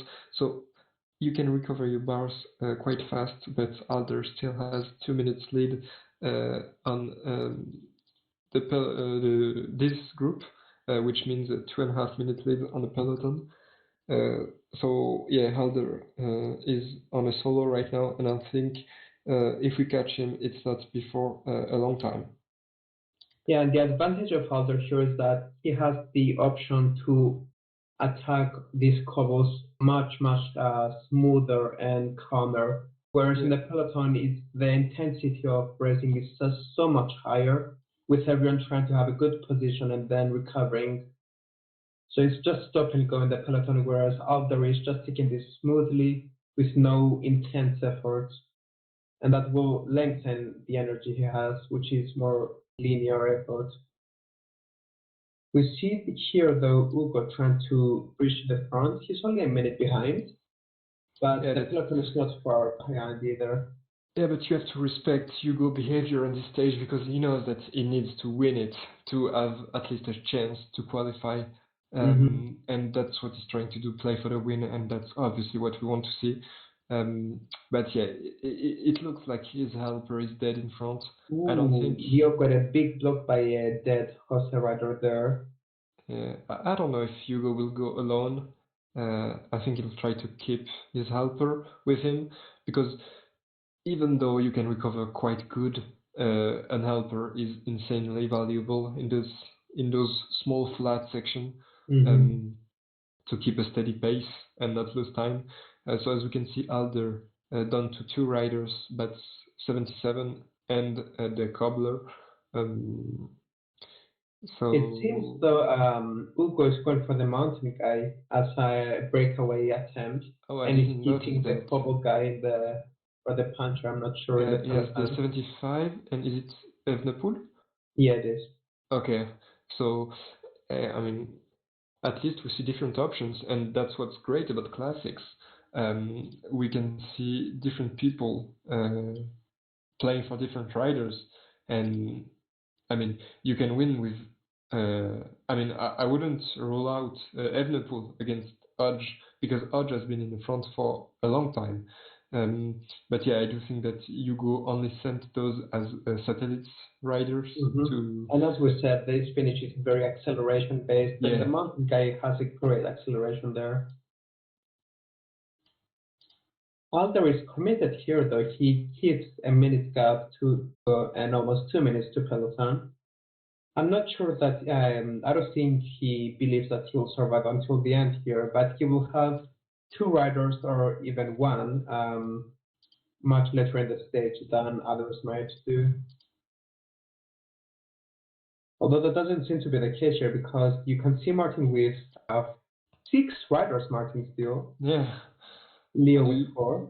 Yeah, Leo is trying to catch Hugo, but now who will be the one pacing on Alder? Because, I mean, even though 2 riders isn't really threatening, after this succession of climbs, there's huge downhills to recover, and the cobbler is, I think, one of the best rider in the database to go on solo attacks. So I wouldn't rule out Alder chances yet, because the gap is climbing up to 2 minutes again, maybe. Martin. Yeah, there was a moment of hesitation there, but now Martin has decided. Yeah, Martin using his riders because he has a number advantage, so that's well played of him, because everyone has big numbers here, surprisingly. It's only 45k to go, less than that. And it's hosted with the least amount of riders at just 3. 4, never mind. Blind is 3, actually. As you said, it's really impressive to have 6 after doing quite a bit of work in the peloton. Yeah. And we're has been caught, by the way, if you haven't noticed, and now surely he's gonna be going for the cobble and the plancher guys. There was a subscriber in the middle there. They really need to be more careful. Yeah. As we see Martin continuing in the front after Gent still. And this climb will hurt Alder a lot, because even though the cobbler, maybe in this section is better because it's 5-star cobbles, but on those kinds of climbs which are a bit longer, the cobble guy isn't really good because he has like 66 medium mountain, so he can get caught quite fast. But yeah, that 5-star cobble sector helped him a lot to stay in front. And now we can see the big dog taking the lead, and I think the big dog is attacking. Yeah, he's been trying to get a gap for a while now, and he finally get it Captain here. with him. Captain down to 2 though. And Alder is finally caught, but not from the entirety of the peloton. We have a small split here. Yeah, this is a very important part in the race, because this is where the winning move can go. And I think Captain may be going. And this is where Red Bar will be vital. There are just so many uphill here that there is no time for the Red Bar to recover. Yeah. So any domestics will just stop on this section. And I think Alder just did a bit too much, because now I'll be down to 1 quite fast, I think. No, still 2. Hugo is alone, I think. Everyone with 2 besides Hugo. Captain has 3. The big dog with 3 also. Hugo 2. Okay, so we have a number advantage for the big dog and Captain. And we'll get a better look at the finish, because in the group J there are only 13 kilometers till the end, so close to the end there, and we will be having a look at what the finish looks like just before looking at it in our center port. So there we have 2-man group with Frico and Swaxon, both with the hill guys, 1.5 minutes advantage on Stein and Jasper, Andrew Walker, and I think it's Kingmaker in this lobby, yes. So all-in move for Frico and Swaxon, great move. They will be passing on the top of this climb, and then it's only downhill to the finish. But now Swaxon is dropping Frico. Frico just did a little bit too much, and it'll be stuck a bit between 2 groups. I think it will be getting caught by the Andrew Walkerstein and Jasper group, and Swaxon, I mean, is going to do 3 out of 3, I think. So yeah, that will be 300 points for Swaxon, the only player to win 3 classics yet. Very, very strong showcase from him.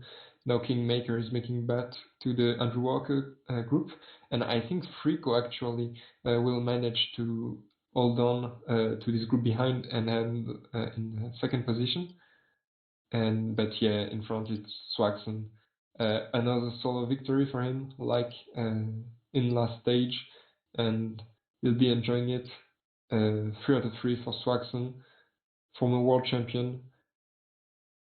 And yeah, we couldn't really see the sprint for center courts, but yeah, it's a bit of a hilly sprint with downhills and uphills and a big turn at around 800 meters from the line.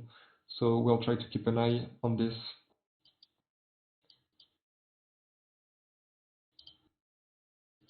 And now I think that we'll be getting back to our center court, or maybe We have in Jose the with okay 3 no now. in Group G. Pardon me. There are 14k to the finish, and in center court it's like 17k. So I don't know if we want to watch the end of the Group J totally, or watch the center court. But now we are watching the. Okay, so now we're back to the center court. I think that's the best idea. Right, so we have Jose in the front here, Leo with 2 as well. Sean slightly behind, but it was Alder who tried again to go with his duo, but was caught. And now Jose is all in with one rider trying to make a gap here, but it's Ukod actually that counters it. Then we have Alder, Blind, Leo, and the big dog with 2 riders still, while Jose is on. Now Ugo with a blinder here, with 50 it to just go. doesn't get that gap. That's really unfortunate. Okay, now he does. Now he does, but yeah. And he stops. Yeah, I mean, it's tough in this downhill to really get a gap when all of them have 2 riders. Maybe he'll try again in the next climb.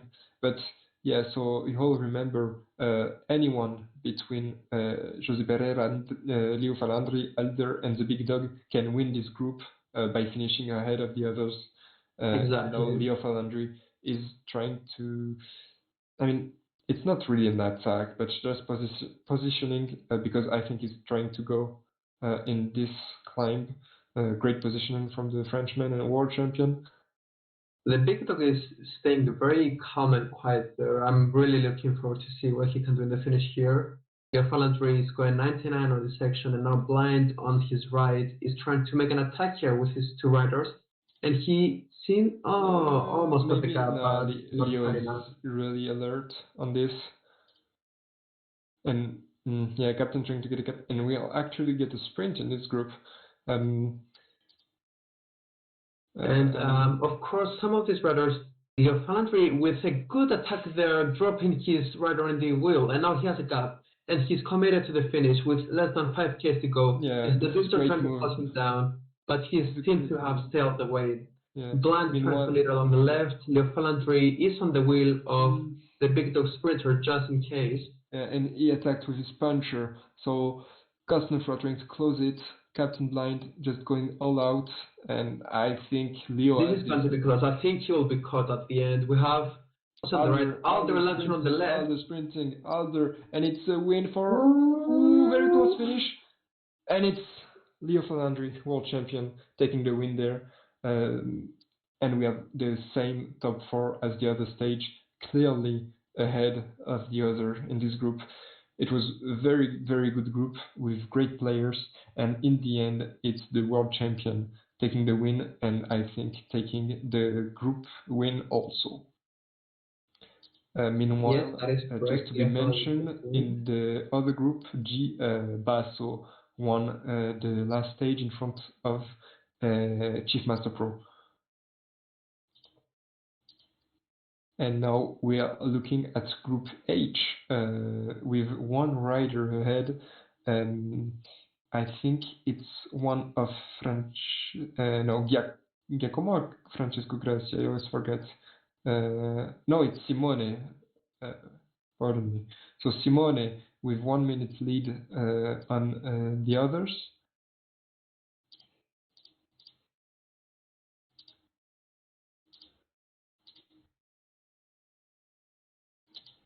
There's always someone trying to go solo late in the last 15Ks of this race. And as we said, it's the parkour that does offer that possibility, but he has to rely on like that the whole group behind just wait. Now Simone is attacking with another rider, trying to bridge to his already in front rider. That's a bit greedy, I think, and aggressive. It's not greedy, it's trying to get a helper there, but unfortunately it meant that people were following that rider, and now he's closing himself down. Yeah, it's a really risky move for him. Now he only has 30 seconds on, I think it's the Cobble guy. Oh, no, it's not Simone in front, it's Pixar.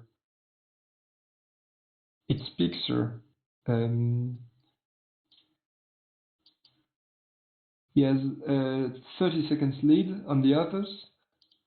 who are going all out in this climb. Ghosty with still 2 riders, and I think they can call it the 77 sprinter. But yeah, still is just will crack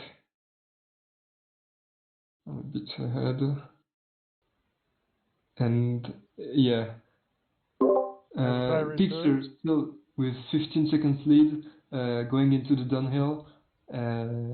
Behind we have Uli Kools pacing him down, Simone in his wheel, and we have Ghosty and Gesink